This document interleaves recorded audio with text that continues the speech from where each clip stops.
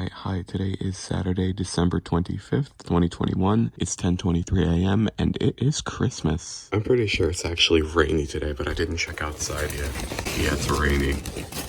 Christmas and it's rainy, but that's totally fine. I don't know how a basketball got down there, but okay. Yeah, the weather's not gonna take away from the nice, joyous feeling of Christmas. Anyway, I'm gonna have breakfast with my family, and then we're probably gonna go unwrap the presents. I'm probably not gonna record any of those, but I'll probably see you afterwards.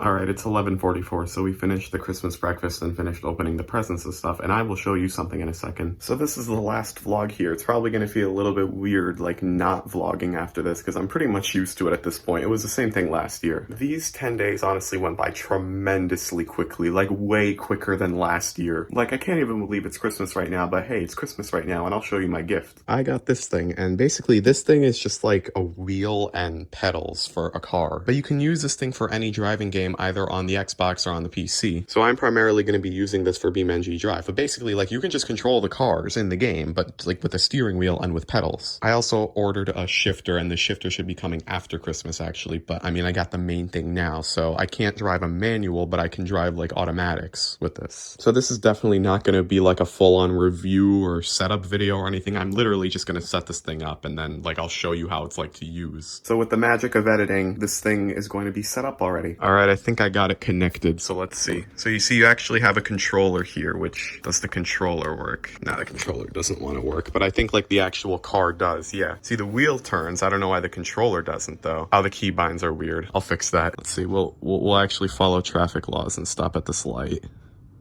Oh, yeah, this is weird to control. I have to get used to it, but it's nice now. Okay, so I'm still kind of messing around with the settings and stuff, but I think I got it mostly to how I like it. I'm gonna attempt to do some driving in here while also holding the phone, which is gonna be difficult because it's difficult to operate this wheel with just one hand, as with a real steering wheel as well. Obviously, it's kind of hard to operate it with one hand. Yeah, it's impossible. Okay, jeez. Okay, I don't drive this terribly, I'm sorry. Okay, I know you can't actually see the car in the game, but still, I guess this is the best I can do right now. I tried to match, like, the steering sensitivity of this wheel, like with the actual car in BeamNG. So I'm making a turn here. This thing actually has power steering, which I appreciate. One thing that I kind of don't like about this, which is my biggest complaint right now, I literally don't have any complaints except for this one, is that this wheel is like hard to turn, and I don't think you can actually change that. I mean, this is like really hard to turn. Pedals are nice too. You can control the sensitivity of the pedals, which I really like. After playing around with it a little bit, of course, I'm in BeamNG Drive. I think that these are the ideal settings for BeamNG. So if you remember before, I was complaining about this wheel being too heavy to turn. You can actually fix that, and you can, if you check this box over here, you can change centering spring strength here. I think 20 is good because now the wheel is not as heavy. This feels like an actual wheel now, like in a car I'm used to driving, and it's easy to turn. Like before it was like on 60. 60 was like ridiculous. It was like here before. Like this is like impossible to turn. Now that's, I'm pretty sure, for racing. I think that's good for racing, but for normal driving, which I do mostly, I don't really do much racing, 20 feels like a regular car. I would keep it on 20. Sensitivity 35 I think is good for BeamNG, because like what I want to do for the sensitivity is basically match the turning radius of this wheel to this wheel, like I mean to the wheel like in the car. Now of course like they differ from car to car, but I think 35, I think I set it to 35 is a good median between all the BeamNG cars. I think you can see when I turn the wheel like this, you can see the wheel here also turns like about the same. I turn it halfway like this. You see it's not perfect, but like it turns about halfway as well. Now again, this is a good median between like all cars in BeamNG, but if you want it to be perfect or tailored to one car in particular, you can just mess around with the settings.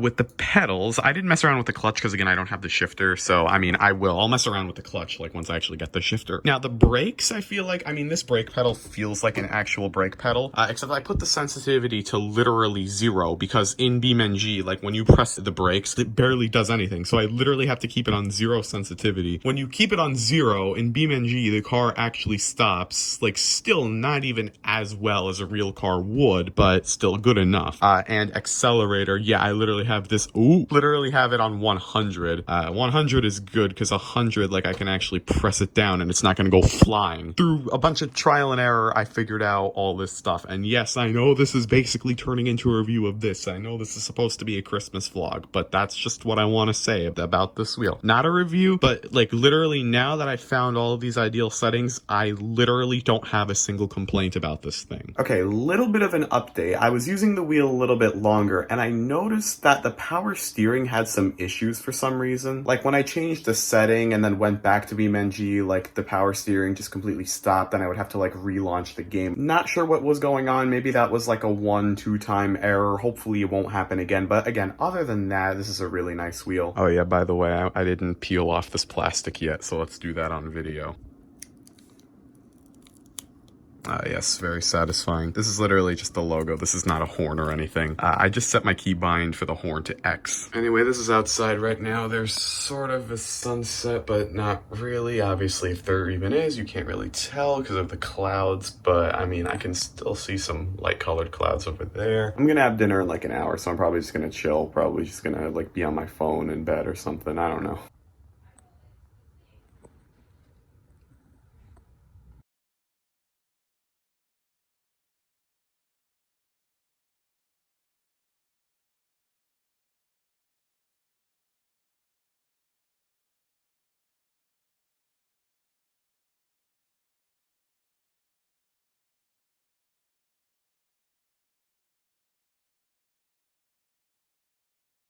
Alright, it's 6:43. I finished dinner actually like an hour ago, but I haven't made an update since. Yeah, I've pretty much just been playing games, watching YouTube, things like that. Alright, it's 9:34. I basically went down a rabbit hole for like 2 hours of looking at old pictures of my town. I don't even know how I ended up in that rabbit hole, but it was interesting. For me, it's fascinating to look at some of these pictures because this is a short that I took in March of this year of this waterfall. And this is that same waterfall in 1917.